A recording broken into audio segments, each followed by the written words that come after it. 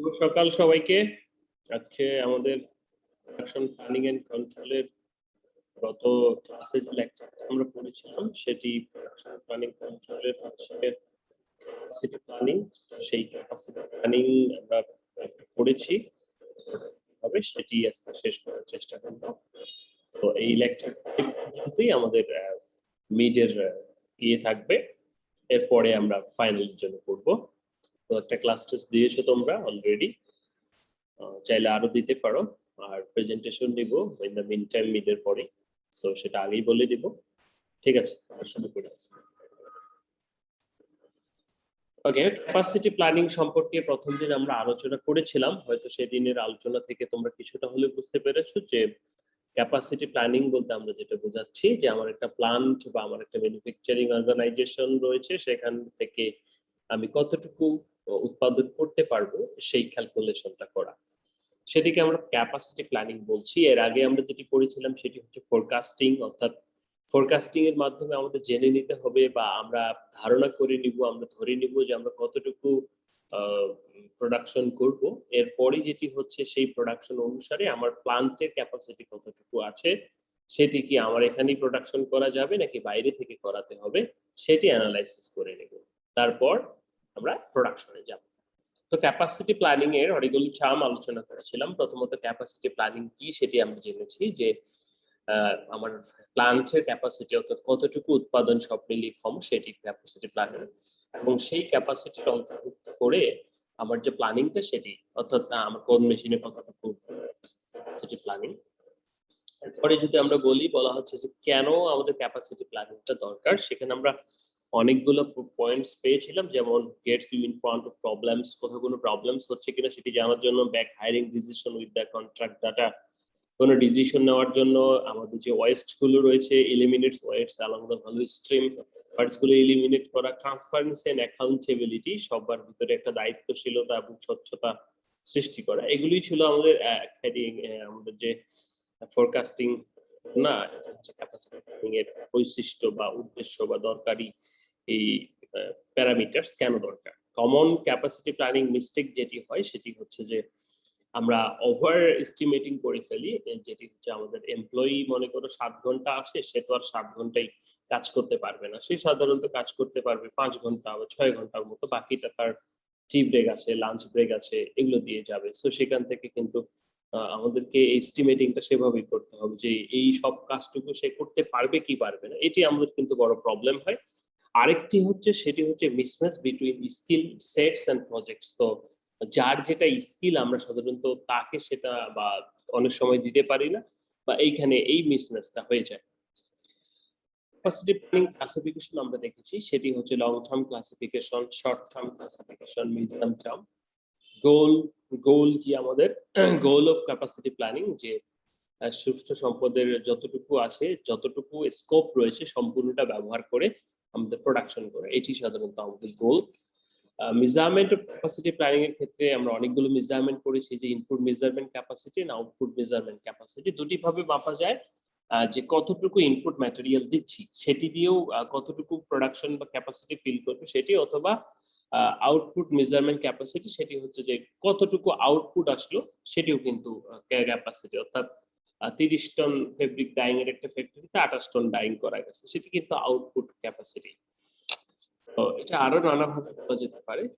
তারপরে আমরা বলছি সেটির ক্যাপাসিটিকে আমরা ইকুয়েশন দ্বারা বলছি time available by time of task, তার কতটুকু সময় আছে আপনি একটা কাজ করতে কতটুকু লাগবে, সেরকম একটা উদাহরণ এখানে দেওয়া আছে। যেমন 7 ঘন্টা যদি কাজ করার কথা 60 মিনিট পার আওয়ার একটা কাজের জন্য, তাহলে 5 দিন কাজ করবে 70 মিনিট পার ক্লায়েন্ট ইউজ করলে কতটুকু পার ক্লায়েন্টে কত, এরকম একটা উদাহরণ এখানে দেওয়া আছে। সেদিন ছিলাম সেটি হচ্ছে মেজার অফ ক্যাপাসিটিতে, সেটি হচ্ছে যে ডিজাইন ক্যাপাসিটি, সিস্টেম ক্যাপাসিটি। আমাদের এখন যেটি জানতে হবে মেজার অফ ক্যাপাসিটি, এই যে ক্যাপাসিটিটা সেটা আমরা কিভাবে মেজার করব। তো এটি ডিজাইন ক্যাপাসিটি হতে পারে, সিস্টেম ক্যাপাসিটি, এগুলো কি জিনিস। ডিজাইন ক্যাপাসিটিটা কি, দেখো নাম শুনে বোঝা যাচ্ছে যে ডিজাইন লাইট বা এই ধরনের কথা হবে। This is a design capacity of a facilities plant or engineered rate output goods or service under normal and fixed operation condition. Example, design capacity the cement forms part, the design capacity finishing part. তো ঘটনাটা হচ্ছে design capacity মানে কি? তুমি যখন একটা factory প্রতিষ্ঠা করবা, তখন সেই ফ্যাক্টরি প্রতিষ্ঠা করলে তোমাকে প্রথমে কি করতে হচ্ছে? সেটির এনালাইসিস করতে হচ্ছে যে তুমি কতগুলো মেশিন বসাবা। যে ১০ টা ডাইং মেশিন বসাবা, ১০ টা ডাইং মেশিনের আ কত কেজি করে? ১০০ কেজি করে বা ৫০০ কেজি করে। ধরে নাও ১০০ কেজি করে ১০০০ কেজি ডাইং করা যাবে। তাহলে তোমার ডিজাইন ক্যাপাসিটি হচ্ছে তুমি ১০০০ কেজি ডিজাইন করে মেশিন বসালে। এটি হচ্ছে তোমার ডিজাইন ক্যাপাসিটি। অর্থাৎ তুমি ক্যালকুলেট করছো, তুমি ডিজাইন করছো যে হ্যাঁ, এই মেশিন তাহলে ১০ টা মেশিন, অর্থাৎ হিসেব করে যেটা আমরা করি সাধারণত, যেটা টার্গেট করি। কিন্তু ১০০ কেজি কি ডাইং করা যাবে? যাবে না। সিস্টেম ক্যাপাসিটি তাহলে কি বলছে? তাহলে আমরা ডিজাইন ক্যাপাসিটি নিশ্চয়ই বুঝেছি যে সেটি হচ্ছে facility of plant or engineer rate, অর্থাৎ ক্যালকুলেশনের মাধ্যমে আমরা যেটি বের করি যে প্ল্যান্ট কতটুকু লাগবে সেটি। System capacity টা কি বলা হচ্ছে? System capacity is the maximum output of a specific product or product mix. System products and machine capable of producing such as integrated system capacity is less than design capacity because limitation of production mix, quality, specification, efficiency, labor, longness, uncontrollable factors.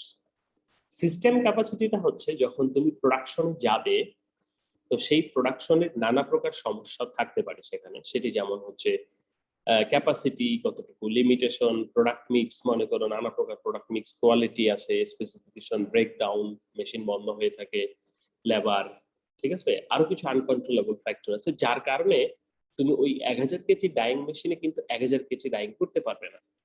তাহলে এই যে system capacity সেটাই বোঝাচ্ছে, অর্থাৎ সবকিছু allowance দিয়ে বা সবগুলো ফ্যাক্টর কনসিডার করে কতটুকু ডাইং করা যায়। মনে করো ১০০০ টনে ১০০০ কেজি ইয়েতে তাহলে আমাদের ৯০০ কেজি বা ৯২০ কেজি এরকম ডাইং করা যায়। সেটি হচ্ছে তখন কিন্তু আমাদের সিস্টেম ক্যাপাসিটি। অর্থাৎ সিস্টেমের ফলে কিন্তু আমাদের সিস্টেম লস বলি না আমরা, এই সিস্টেম লসে পড়ে কিন্তু আমাদের অ্যাকচুয়াল যেটা ডিজাইন করেছি আমরা প্রথমে ক্যালকুলেট করেছি সেখান থেকে কিন্তু কমে যাচ্ছে।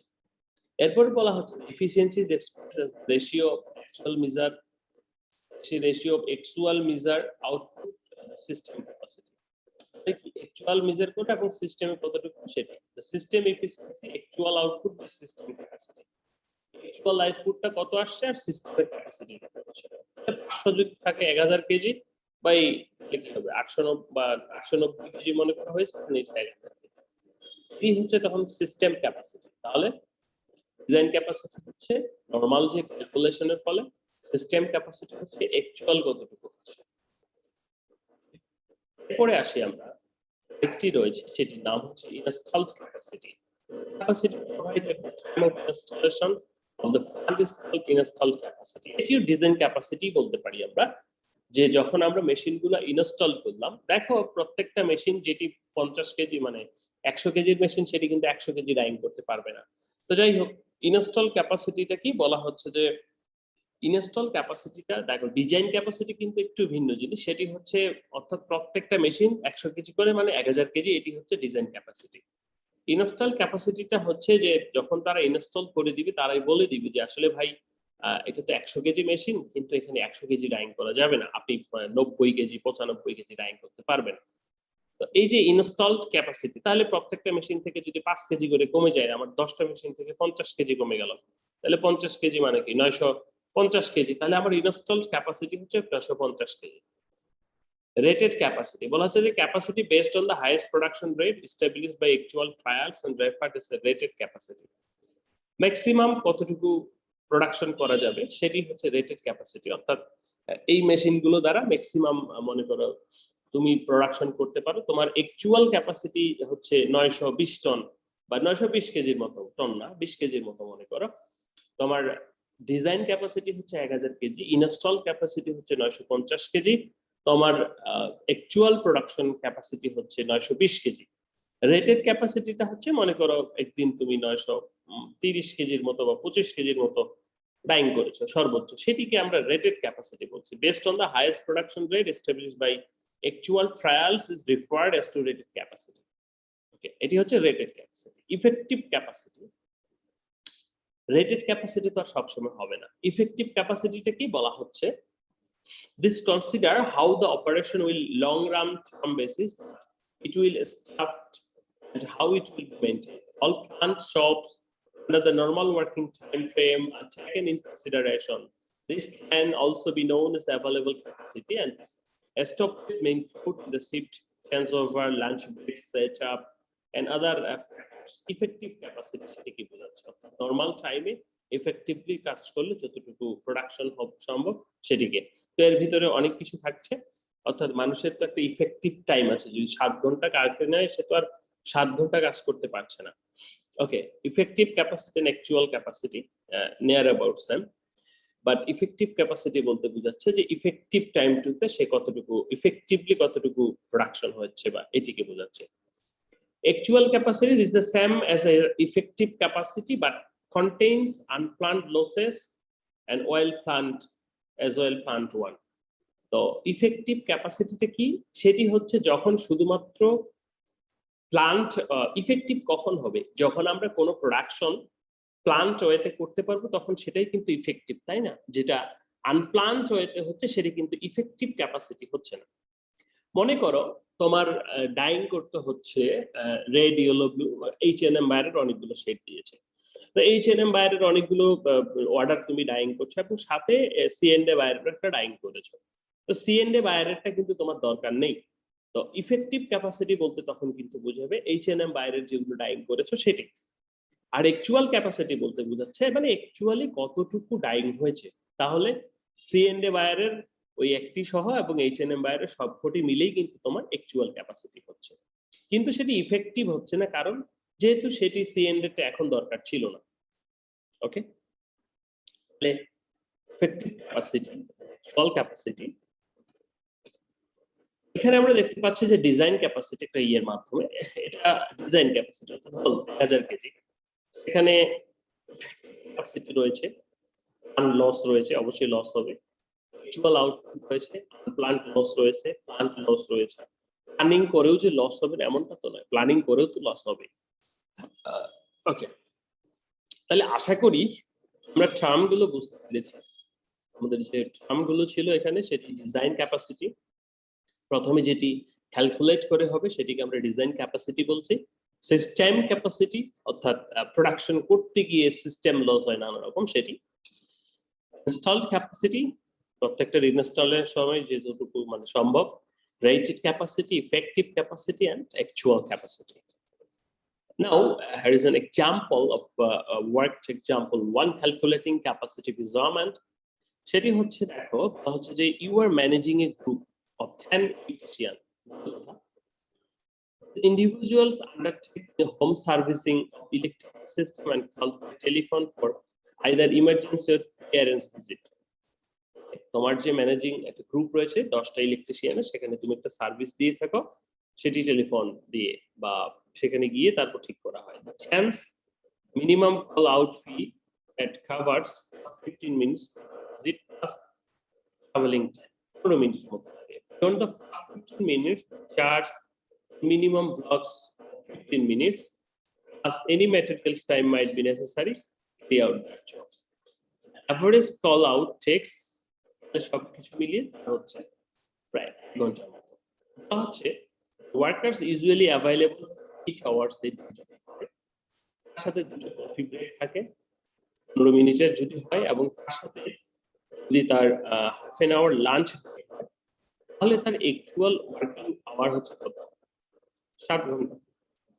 Taking time off, illness in account reduce the electrician's availability 10-20%. That means 7 days per day is reduced 5 hours and 6 minutes. অর্থাৎ সে কাজ করছে 5.6 hours। কিভাবে দেখো, আমরা যখন ইফেক্টিভ কথাটা চলে আসছে বা আমরা যখন এই যে ক্যালকুলেটিং করব ক্যাপাসিটিটা, আমার তো অ্যাকচুয়ালটা দরকার হবে, তাই না? যে অ্যাকচুয়াল আমি কতটুকু ইফেক্টিভলি কতটুকু পাচ্ছি। তাহলে এখানে কি কি থাকছে, কি কি আসতেছে। 7 ঘন্টা একজনের ধরে নিলাম আমরা, সে কাজ করবে, কিন্তু সে তো 7 ঘন্টা কাজ করতে পারছে না। সে কাজ করছে কতক্ষণ ধরে নিচ্ছি, তার কফি ব্রেক 2 বার 15-15 30 মিনিট, লাঞ্চ ব্রেক এক হাফ অফ আওয়ার, তাহলে এখানেও 1 ঘন্টা চলে গেল, তাহলে আর থাকলো 6 ঘন্টা। আবার সে and they actually 7 hour থাকলো, এই সরি 6 hour থাকলো, and taking time off and illness in account to reduce electrician availability 20%। তার তো টাইম অফ আছে, ইলনেস রয়েছে, সেগুলোর উপর বেস করে আবার 20%। তো আমরা যদি 6 আওয়ার 20% এখানে রিডিউস করি দেন, তাহলে মোটামুটি 5 ঘন্টা বা মানে 36 মিনিটের মতো দাঁড়ায়। বা এখানে আমরা যদি 36 60 থেকে 36 বাদ দেই যে মিনিটটা, সেটি তার 20% এ কভার করে যায়। তাহলে অ্যাকচুয়ালি সে যদি আমরা ক্যালকুলেট করি কাজ করছে 5 ঘন্টা 36 মিনিট। লাইক হিসাব নানা ইয়েরই প্রত্যেকটা এনভায়রনমেন্ট আন্তরিক হতে পারে। তো এখানে ম্যাথ আছে সুন্দর করে, আমরা দেখবো সবাই কেয়ারফুলি। সেটি বলা হচ্ছে actual work is 200 hours built in week. একটা সপ্তাহে মনে করি একটা ফ্যাক্টরির যে সমস্ত ওয়ার্কার আছে তাদের আওয়ার হিসেবে যদি আমরা বলি যে 200 আওয়ার ধরা হয়।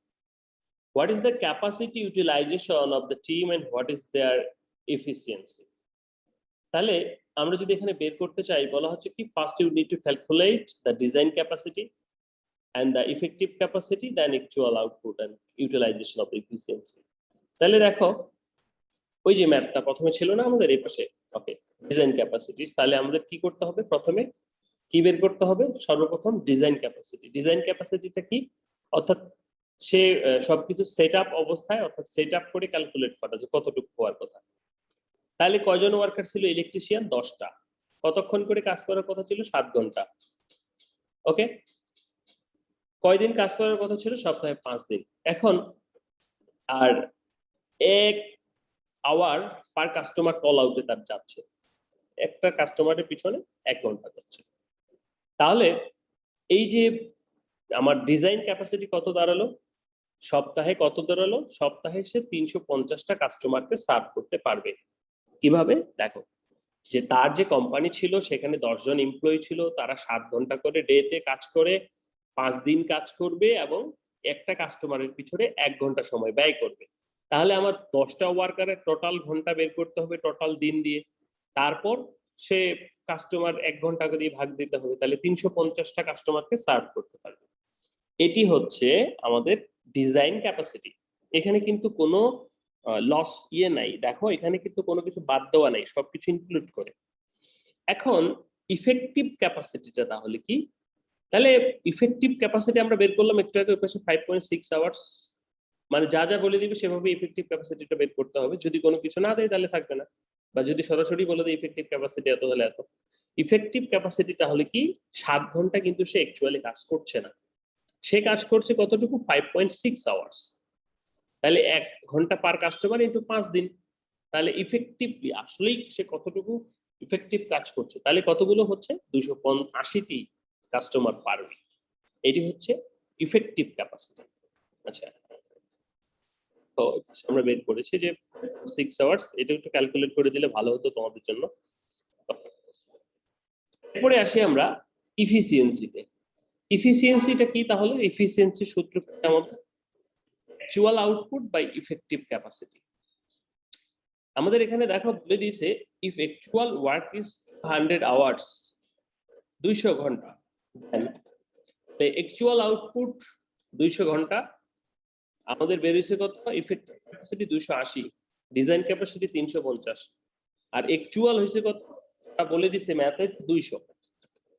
তাহলে ইফিসিয়েন্সি কত হবে, actual output by effective capacity, তাহলে 200 বাই 280, 71% ইফিসিয়েন্সি।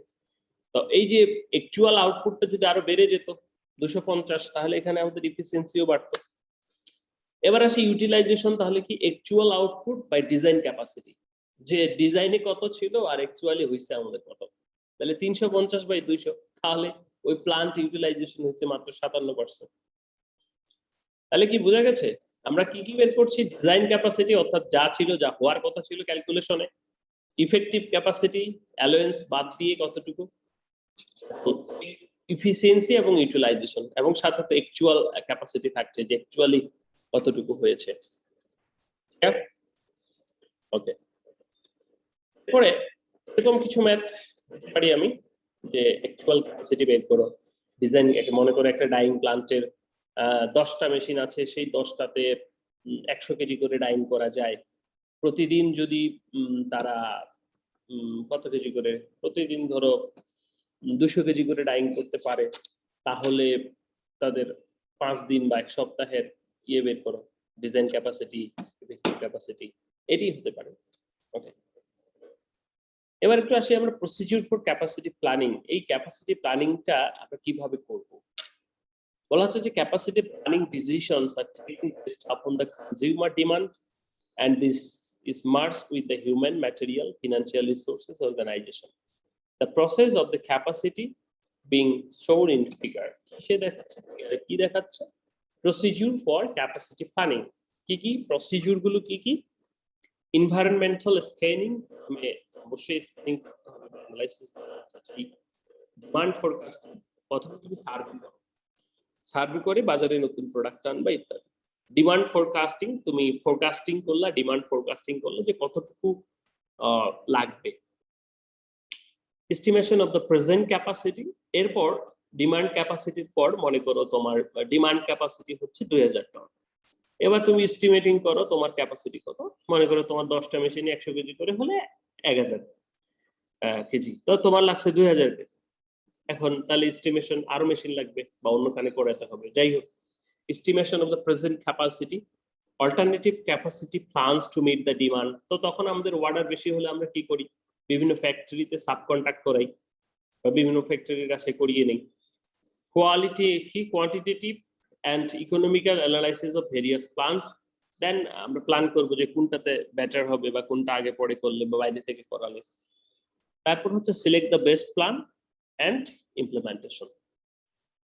তাহলে আমরা কি স্টেপগুলি দেখলাম এখন?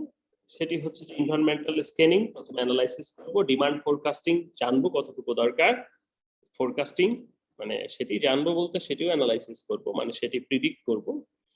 এস্টিমেশন অফ প্রেজেন্ট ক্যাপাসিটি, কতটুকু রয়েছে, alternative capacity plans to meet the demand, quantitative and economic analysis of various plans, select the best plans and implementation.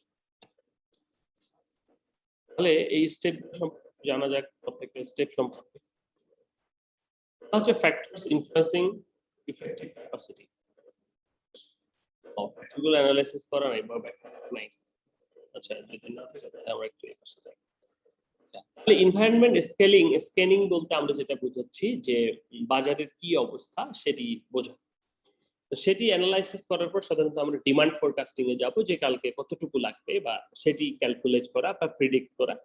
Estimation of present capacity, সেটি প্রেডিক্ট করার পর যতটুকু লাগবে সেটি নিজের যে প্রতিষ্ঠান রয়েছে, অর্গানাইজেশন রয়েছে বা ম্যানুফ্যাকচারিং কোম্পানি রয়েছে, সেটির ক্যাপাসিটি কত সেটি অ্যানালাইসিস করা। সেটির সাথে আমাদের আর কতটুকু অল্টারনেটিভ ক্যাপাসিটি প্ল্যান দরকার টু মিট দ্য ডিমান্ড সেটি বের করা, এবং quantitative and economic analysis of various plans, এরপরে যে এটা 2 দিন পরে দিলে হয় কিনা বা অন্যখান থেকে করিয়ে আনলে হয় কিনা, সাস লাইক অ্যানালাইসিস করতে হবে, and select the best plan and implementation. এটি হচ্ছে ক্যাপাসিটি প্ল্যানিং এর প্রসিডিউর। আমরা বলতে পারি যে কিভাবে একটা ক্যাপাসিটি প্ল্যানিং করব। Factors influencing the effective capacity. Effective capacity কোনটা? ওই যে বললাম H&M এর গুলোই শুধু যেটা দরকার সেটাই শুধু উৎপাদন করব, মানে যখন যেটা দরকার সেটা তৈরি করাই আমরা কি বলবো যে ইফেক্টিভ ক্যাপাসিটি বা ইফেক্টিভ প্রোডাকশন আমরা বলতে পারি, ঠিক আছে? তো যেমন দুধ থেকে যখন আমরা ছানা থেকে মিষ্টি তৈরি করি সেটি ইফেক্টিভ ক্যাপাসিটি, বাট দুধের যে পানিটা থাকে তখন সেটা লেস বা অন্য কাজে সেটি কিন্তু আমরা তৈরি করতে চাই না, সেটিও কিন্তু প্রোডাকশন। তো অ্যাকচুয়াল প্রোডাকশন বললে কিন্তু সেটিও আসবে। তো যাই হোক, ফোরকাস্টিং ডিমান্ড, আমরা ফোরকাস্টিং ইফেক্টিভ ক্যাপাসিটিকে যে সমস্ত ফ্যাক্টর গুলো প্রভাবিত করতে পারে বা প্রভাবিত করে সেই সমস্ত ফ্যাক্টর নিয়ে কথা বলবো একটু। বলা হচ্ছে যে ফোরকাস্টিং ডিমান্ড, আমাদের যে ডিমান্ড রয়েছে ফোরকাস্টিং ডিমান্ডটাও কিন্তু প্রভাবিত করবে ডেফিনেটলি, কারণ হচ্ছে যে demand forecasting is going on two influence the capacity plan in a significant way. It is very difficult to forecast the demand with accuracy since it changes significantly with the product life cycle stage number of product life cycle পড়েছি, তাই না? তো সেখানে maturity স্টেজে বা এই স্টেজে খুবই ডেঞ্জারাস অবস্থা থাকে একটা প্রোডাক্ট। কারণটা হলো একটু সময়ের অন্য প্রোডাক্ট ঢুকছে ইত্যাদি। তো এই সময়ে এসে যখন তুমি একজন কোম্পানির রেসপন্সিবল পারসন হবে তখন তোমাকে এটা তো প্রেডিক্ট করতে হবে। তো যখন এই যে ফোরকাস্টিং ডিমান্ডটা সেটি কিন্তু ইফেক্টিভ ক্যাপাসিটি প্ল্যানিং থেকে প্রভাবিত করছে। কারণ তুমি যদি বেশি প্রেডিক্ট করে থাকো, ফোরকাস্ট করে থাকো, তাহলে তোমার তো প্ল্যানিংটা সেভাবে করতে হবে যে বাইরে থেকে করাতে হবে। বাট যদি তোমার অ্যাকিউরেট হয় ফোরকাস্টিংটা যে হ্যাঁ, তাহলে কিন্তু অনেকটাই সেফ থাকা যায় বা ইফেক্টিভ ক্যাপাসিটি প্ল্যানিংটাকে কিন্তু অন্যভাবে সেট করা যায়। Plant and labor efficiency, এটাও কিন্তু ইম্পর্টেন্ট। বলা হচ্ছে it is difficult to attain 100% efficiency of a plant and equipment। ওই যে 1000 পাবো, the efficiency is less than 100% and delays কারণে হয় 100% আমরা পাবো না। সেটি হচ্ছে যে মেশিন কি সবসময় চলবে? মেশিন তো বন্ধ হয়, মেশিন তো নষ্ট হয়, সেটিকে আমরা ব্রেকডাউন বলছি। বলা হচ্ছে due to scheduling and other reason, plant efficiency varies from equipment, from organization to organization, and the labor efficiency so overall capacity efficiency। তুমি মেশিনের তো একটা প্রবলেম আছে যে মেশিন তো যা বলবে তা দিবে না, এবং একই সাথে তোমার যে নতুন একজন লেবার তুমি তোমার ফ্যাক্টরিতে মনে করো নতুন করে যুক্ত করেছো, তো তাহলে সে তো পুরাতন যে লেবার বা পুরাতন যে এক্সপার্টিস তার সাথে তো সেই তাল মিলিয়ে কাজ করতে পারবে না। সো এই যে প্লান্ট এবং লেবার থেকে কিন্তু তারপরেও যে পুরাতন হয়েছে সেখান থেকেও কিন্তু তুমি 100% পাচ্ছ না। তাহলে এই যে প্লান্ট এবং লেবার এফিসিয়েন্সি আমার ইফেক্টিভ প্ল্যানিংটাকে কিন্তু ইফেক্টিভ ক্যাপাসিটিটাকে কিন্তু প্রভাবিত করছে। তাহলে আমি যা ক্যালকুলেট করি সেটা কিন্তু পাবো না। সাবকন্ট্রাক্টিং বলা হচ্ছে subcontracting reference to offloading some jobs of outside vendors, hiring capacity to meet the requirements of the organization, analysis to make by one done। তো যখন তোমার ফোরকাস্টিংটা ভুল হয়ে যাবে তখন তুমি কি করবে? তোমার ডিমান্ড যখন বেশি হয়ে যাবে তখন কিন্তু তুমি সাবকন্ট্রাক্টে যাবা, সেটিকে আমরা টেক্সটাইলে প্রচুর ব্যবহার করে জানছি যে বাইরে থেকে করিয়ে নিয়ে আসতেছো। এই যে সাবকন্ট্রাকশন বা সাবকন্ট্রাক্টিং, এটিও কিন্তু ইফেক্টিভ ক্যাপাসিটি প্ল্যানিং থেকে প্রভাবিত করছে। কারণ যখন তোমার প্লান্টের ক্যাপাসিটি বাইরে চলে যাচ্ছে তখন তোমাকে বাইরে থেকে করাতে হচ্ছে। সো এখানে কিন্তু সবগুলো বিষয় জড়িত, যেমন ফোরকাস্টিং এর উপর ডিপেন্ড করছে, যেমন প্লান্ট এফিসিয়েন্সির যে এই মেশিনে ভালো প্রিন্ট হয় না, ওইখানে ভালো হয়, তাহলে মানুষ তো সেখানেই যাবে বা সেটিতে এফিসিয়েন্সি ভালো দিবে, তাই না? সাবকন্ট্রাক্টিং। এরপরে আরো যদি দেখি সেটি হচ্ছে multiple shift operation and management policy. Multiple shift যেটি বলা হচ্ছে are going to enhance the firm's capacity utilisation, but in the third shift the rejection rate is higher, especially for the process industry. Investment is very high and it is recommended for the multiple shifts। কিরকম? 8 ঘন্টা করে, তাহলে 24 ঘন্টা, 3 আসতে 24, 8টা shift, অর্থাৎ factory কিন্তু সবটাই চলছে। বলা হচ্ছে এই মাল্টিপল শিফট অপারেশনের কারণে কিন্তু ক্যাপাসিটি প্ল্যানিংটা প্রভাবিত হয়। যেমন প্রথম দিনে এবং প্রথম রাতের প্রথম প্রহরে, অর্থাৎ 8টা থেকে 2টা, 2টা থেকে রাত 8টা, এই দুটো শিফটে যে পরিমাণ প্রোডাকশন হয়, তো পরের যেটি রাত 8টা থেকে পরের দিন সকাল পর্যন্ত, এটিতে তো 8টা পর্যন্ত বা পর্যন্ত 8 ঘন্টা যতটুকু হয়, এটা তো 8টা হবে না, 10টা হবে মনে হয়। যাই হোক, তো এই যে নাইট শিফটে যেটি পড়বে সেটিতে কিন্তু প্রোডাকশন তো সেই পরিমাণ হচ্ছে না বা হবে না, তাহলে ক্যাপাসিটি প্ল্যানিংটাও কিন্তু তখন তুমি ওই 8 ঘন্টার যে প্রোডাকশন দিনে এবং ভোরে সেটি তো সেখানে হচ্ছে না, সেটি কিন্তু তোমার কন্ট্রোল করা যাচ্ছে না বা সেটি কিন্তু ফলো করা যাচ্ছে না। Second, third, fourth, fifth management policy বলা হচ্ছে the management policy with regard subcontracting, multiple shift, which work station department etcetera, machine policy. তো ম্যানেজমেন্ট পলিসি বলতে কি যে ম্যানেজমেন্ট চাইলে তোমাকে যে কোনোখানে যে কোনো সময় যে কোনো মেশিনে যেতে পারে বা যে কোনো মেশিন এগুলো ক্ষমতা রাখে, তার ফলেও কিন্তু আমাদের যে প্রোডাকশন রয়েছে সেটি প্রভাবিত হয় বা আমরা টার্গেট প্লেস করতে পারি না অনেক সময়। So this are the factors which depends on যেটি আমাদের ইফেক্টিভ ক্যাপাসিটি প্ল্যানিং কে প্রভাবিত করে। Factors favouring over capacity and under capacity, আরো কিছু পয়েন্টস রয়েছে। ওভার ক্যাপাসিটি কখন হবে? যে 100% এর বেশি উৎপাদন করতে পারছে নাকি, সেটি ওভার ক্যাপাসিটি। বলা যে ওভার ক্যাপাসিটি প্রিফার্ড হয় তখন হবে over capacity. Fixed cost of the capacity is not very high. The substituting is not possible because the secrecy of design and air quality requirements, time required at capacity is long. company cannot afford miss delivery, cannot afford the loss of the customer. There is no economic capacity below the economic can operate. বলা হচ্ছে over capacity কখন হবে, যখন এরকম অবস্থার একটা বাজে অবস্থা থাকবে তখন সেটি ওভার ক্যাপাসিটি হবে। তোমার ফ্যাক্টরির সক্ষমতা নাই, তো কি করবা? সেটি প্ল্যান্টের কারণে হতে পারে, সেটি ম্যাটেরিয়ালের কারণে হতে পারে, সেটি লেবারের কারণে হতে পারে। আন্ডার ক্যাপাসিটির আরো কিছু প্রয়োজন। আন্ডার ক্যাপাসিটির ক্ষেত্রে কখন হবে? ওভার ক্যাপাসিটি মানে কি, তোমার 1000 টন কেজি ছিল, সেটি নিয়ে আসছে মনে করো 1200 কেজি 1500 কেজি, তাহলে তো তুমি পারছো না। আন্ডার ক্যাপাসিটি কি? Below 900 KG 800 KG. The time to which capacity is short, storage of products does not affect the company. Technology ranges, cost of creating capacity and profit highly. So these two factors, একটি হচ্ছে under ক্যাপাসিটির জন্য আর একটি হচ্ছে over ক্যাপাসিটির জন্য। আমরা শেষ করব আজকে, সেটি হচ্ছে স্ট্র্যাটেজিক ক্যাপাসিটি প্ল্যানিং দিয়ে।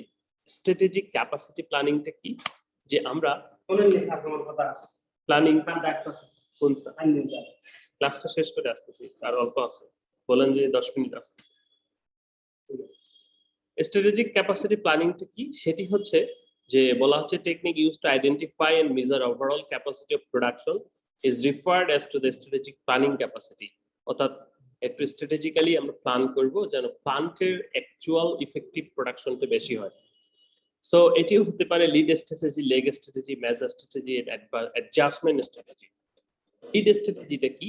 এটি হচ্ছে যে আমি যখন আমার যারা কাস্টমার রয়েছে তাদেরকে নানাভাবে প্রলুব্ধ করে আমার থেকে অর্ডার বেশি করায়, অর্থাৎ আমার প্রোডাকশন বেশি করাবো নানা প্রকার লোভ দেখিয়ে, সেটি হচ্ছে লিড স্ট্র্যাটেজি। বলা হচ্ছে lead strategy is adding capacity in anticipation of increase in demand. Lead strategy is an aggressive strategy with the goal of learning customer from the company's competition, improving the service level and reducing lead time. It is also a strategy to aim to reducing stock out costs. A large capacity does not.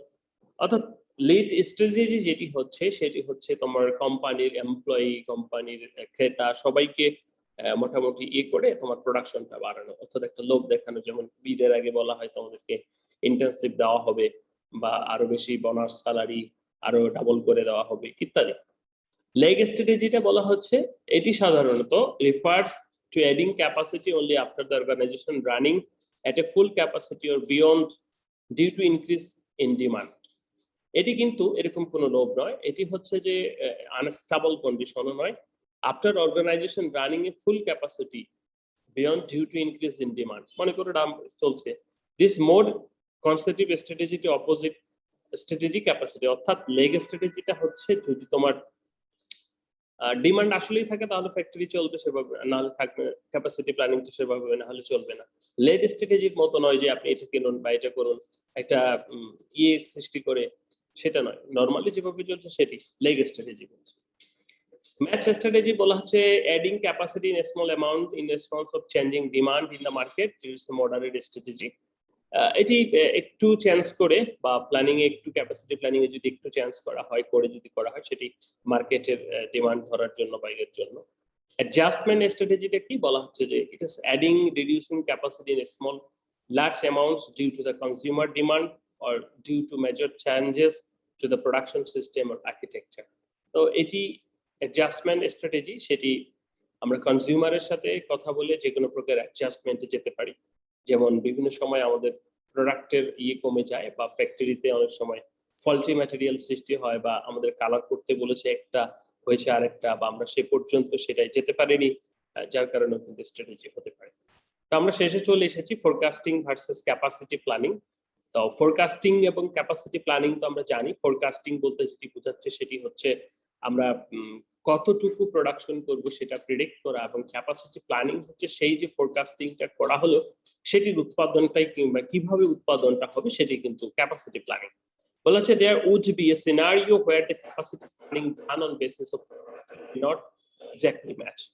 For example, there could be a scenario where demand is more than the production capacity. In this situation, company needs to fulfill the requirement by buying from outside. Demand is equal to the production capacity. Company is in position to use its production capacity to the fullest. Demand is less, the production capacity company can choose reduce the production or share it out manufacturer. তাহলে খুবই সহজ কথা, forecasting demand যদি বাড়ে তাহলে কি capacity প্ল্যানিংটা আমাদের যদি সক্ষমতা না থাকে তাহলে বাইরে থেকে করাতে হবে, আর যদি থাকে তাহলে তো কোনো ক্যাপাসিটি প্ল্যানিং কনস্ট্রেইনটস কি কি রয়েছে, এই যে ক্যাপাসিটি প্ল্যানিং এর ক্ষেত্রে কি কি বাধা সমূহ রয়েছে সেটি যদি আমরা আলোচনা করব, সেটি হচ্ছে স্টাফ এন্ড স্কিল লেভেলস। আমরা যে সমস্ত স্টাফ বা আমাদের যারা এমপ্লয়িরা কাজ করবে তাদের স্কিল লেভেলের উপরে কিন্তু ডিপেন্ড করছে যে প্রোডাকশন কতটুকু হবে, এবং তার উপর ভিত্তি করে কিন্তু তুমি মনে করো ক্যাপাসিটি প্ল্যানিং করলা যে এতটুকু হবে প্রোডাকশন, কিন্তু আলটিমেট দেখা গেল একজন নতুন স্টাফ এসেছে বা লেবার এসেছে, সে কিন্তু ভুল করে ফেলতে পারে, ফলে কিন্তু সেই ডিজায়ার্ড লেভেলটা তোমার হচ্ছে না। আইটি ফ্যাসিলিটি টেকনোলজি বর্তমানে তো অবশ্যই বলা হচ্ছে যে this can be small and very significant improvement to process and this investment in ICT can reduce process over time even completely change the nature of the process itself. Online banking এই ধরনের এগুলো কি সাধারণত technology, এগুলো কিন্তু আমাদের প্রভাবিত করছে আমাদের প্ল্যানিং এ। এখন টেকনোলজিক্যাল আরো যদি আমরা ফোর্থ ইন্ডাস্ট্রিয়াল রেভলিউশন চলে আসে, তো সেই ক্ষেত্রে তো মেশিন কাজ করবে। ম্যাটেরিয়ালস অ্যাভেলেবিলিটি, আমরা ম্যাটেরিয়ালস এর অ্যাভেলেবিলিটির উপরে কিন্তু ডিপেন্ড করে আমার ক্যাপাসিটি প্ল্যানিংটা এফেক্টিভলি হবে কিনা। তারপরে সেটি হচ্ছে প্রোডাক্ট ও সার্ভিস মিক্স, যেটি হচ্ছে যে প্রোডাক্ট এবং সার্ভিস কতটুকু এর বৈচিত্র্যতা কতটুকু, সেটির উপরে যত বেশি বৈচিত্র্য হবে, প্রোডাক্টের আইটেম ভেরিয়েশন হবে, তত কিন্তু আমাদের উৎপাদন কম হবে। সেই সাথে স্টোরেজ, কি পরিমাণ স্টোরেজ করার ক্ষমতা আছে, ক্যাপাসিটি অপারেশন, সেটিও কিন্তু প্রভাবিত করছে। Work schedule, access to the facilities, schedule and access to the facilities, work schedule বলা হচ্ছে যে this can also dictate the full availability of capacity, ঠিক আছে, a lecture theater that can accommodate 100 students at a time and corporate beyond working a day, so both staff and student may be issuing regarding 6 AM lectures or like, তো schedule কখন সেটিও কিন্তু প্রভাবিত করে। তো এই ছিল আজকে আমাদের লেকচার, দ্রুত হয়ে গেল, তো সবকিছু মিলিয়ে আমরা যেটা দেখলাম কেটে যাবে, আজকে আর জয়েন করবো না। এরপরে প্রথম থেকে একটু দেখি যেটি পড়ছিলাম ডিজাইন ক্যাপাসিটি, সেটি হচ্ছে যে মেশিন কতটুকু ডিজাইন করবে সেটি, পরবর্তীতে হচ্ছে সিস্টেম ক্যাপাসিটি, অর্থাৎ অ্যাকচুয়ালি কতটুকু উৎপাদন হচ্ছে সিস্টেম লসের পরে সেটি। ইনস্টল ক্যাপাসিটি, একটা মেশিন কতটুকু ইনস্টল করতে পারবে সেটি। রেটেড ক্যাপাসিটি হচ্ছে যে সেটি হলো রেটেড ক্যাপাসিটি, যে সর্বোচ্চ কতটুকু করতে পারে। ইফেক্টিভ ক্যাপাসিটি আলটিমেট কতটুকু হয়েছে। অ্যাকচুয়াল প্রোডাকশন সেটি হচ্ছে ইফেক্টিভ ইনইফেক্টিভ সহ। রয়েছে ম্যাথ, যেটিতে আমরা ডিজাইন ক্যাপাসিটি, ইফেক্টিভ ক্যাপাসিটি, তারপরে হচ্ছে এফিসিয়েন্সি ইউটিলাইজেশন পাচ্ছি। প্রসিডিউর ক্যাপাসিটি প্ল্যানিং এর ফ্যাক্টরস কি কি রয়েছে, ওভার স্ট্র্যাটেজি, কি প্ল্যানিং স্ট্র্যাটেজি করে সাধারণত করা যেতে পারে, তারপর রয়েছে কনস্ট্রেইনটস, বাধাসমূহ কি কি সেগুলো। আজকে লেকচার এখানেই শেষ, ধন্যবাদ, আমরা শেষ করব।